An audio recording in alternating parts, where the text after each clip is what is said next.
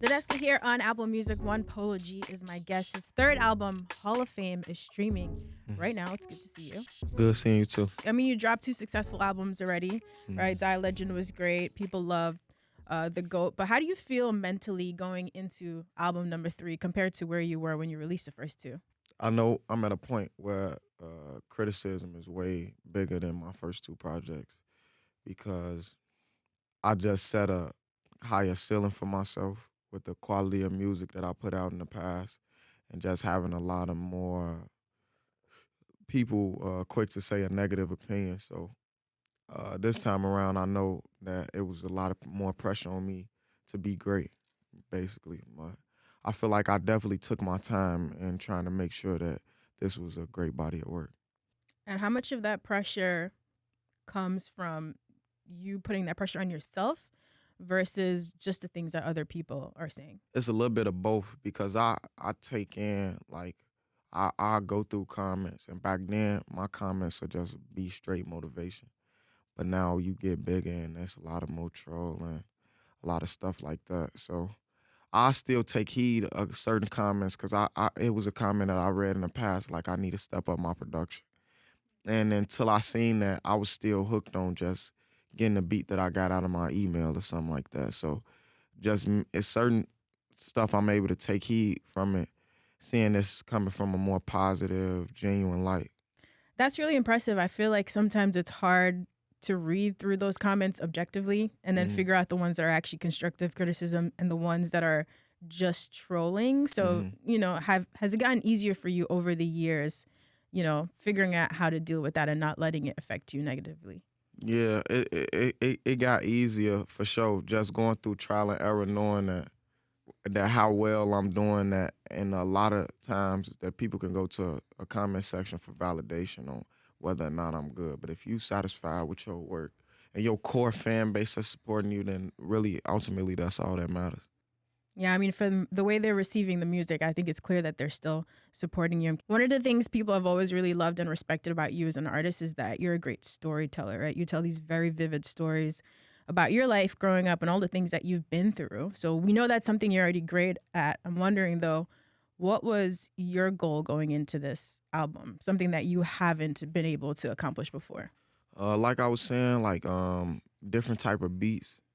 Like I got a rock type beat on my project. I got a Is that like what's the track called? Is like Broken Guitars or broken something like that? I guitar. was like, I played that one back twice because I was surprised. I was like, did I just skip to another project by accident? Yeah, it was just like me. I tried so many different things on this project and just tapped in with artists that made me get on they type of vibe. Where when I went in Young Thug, went locked in the studio with Thug, I don't think I would have made a song that sounded like that had I not locked in with Thug. So I just feel like this time around for my project, I was just really trying to be different and being purposeful in everything that I recorded.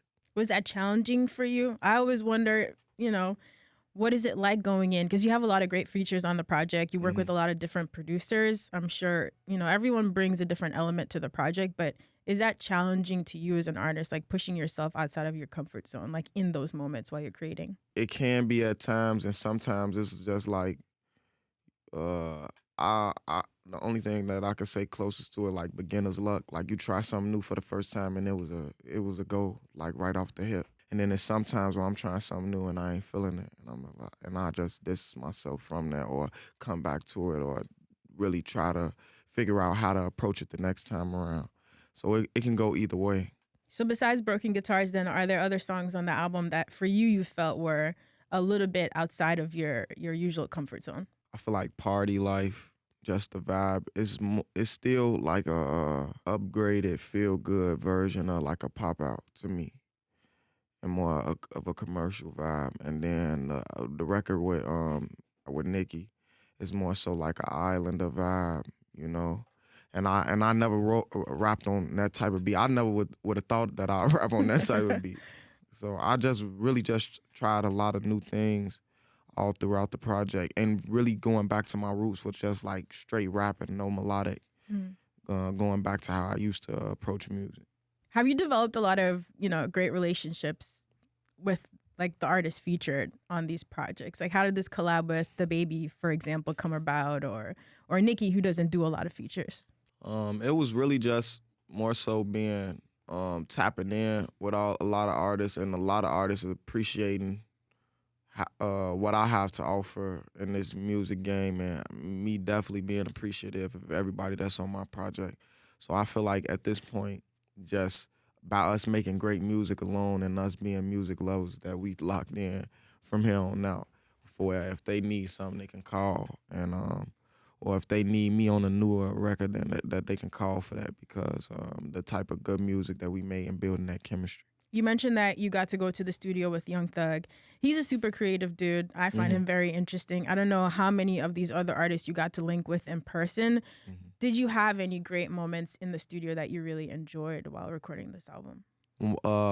My favorite moment from the studio would be recording Epidemic and be recording Bloody Canvas, because when I recorded Epidemic, that was the first song that I made after I turned in the GOAT, my second album, and I had wrote the first verse at home, and I started working on the hook inside of the studio. But my energy in performing it, my engineer always tell me like he want a little bit more out of me as far as my performance goes, and he really enjoyed that record, and everybody was just in awe from it, and that was my personal favorite song up until like now. It's still one of my favorite songs, but I just recorded so much music. And then aside from that, I had Bloody Canvas, which is a storytelling song, and it took me 4 days to write it. I came in the studio every day, and I probably put a minute on the song every day. And it's like I had to keep on coming back. When I went back home, like, what am I gonna say next? Or how am I gonna approach it? Because it was my first time. I was actually scared to make a story song because I felt like it was far-fetched. I do storytelling in my music, but not a full-fledged story. It probably would be 4 or 5 bars here and there. The features on this are so crazy. So I think if I'm trying to picture the track list in my head still, this is For the Love of New York featuring Nicki, and then one of the next records is featuring Pop Smoke and Fabio Foreign, which is also a crazy record. How did that come together? I had just wanted to tap in with Pop and Fabio, because I was just really getting on the New York drill wave around that time. I think this was around early last year, the middle of last year. I know I actually recorded that song with Pop like the day before he passed. Wow. Yeah, so we had just was putting the finishing touches on that song, and I had got the news about that. So that song got kind of deeper meaning to me. Yeah, understandable. Look, it's been a few years since we first heard you. Of course, Pop Out was one of your big early records. You've been through a lot since then. You've grown a lot as an artist since then. I'm wondering, like, who do you consider to be your peers, like other artists that you think will be with you, that you'll be working with in this game in like 5-10 years from now? Definitely DaBaby, Rod Wave, DaBaby, Dirk, Roddy Ricch. Artists is like of that caliber that's on the forefront of the newer generation of artists. Cause you got your guys like Kendricks and J. Cole's and the Drakes, they out of here right now. So we saying like somewhere down the line, I feel like we got the potential to be on them type of levels. And to me, some of the artists that I named are closer to that level than other people would think, like a DaBaby or a Lil Baby. I feel like those pretty big artists are our generation.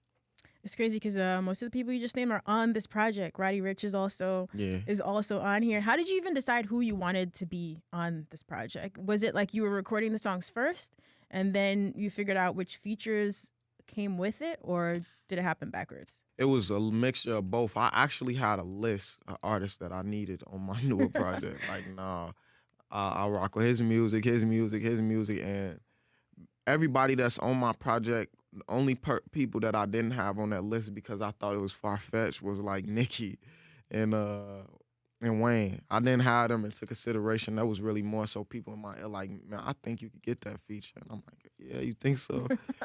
but yeah, certain records that I just heard after I was finished, like, yeah, I need to send this to him and I need to send this to that person.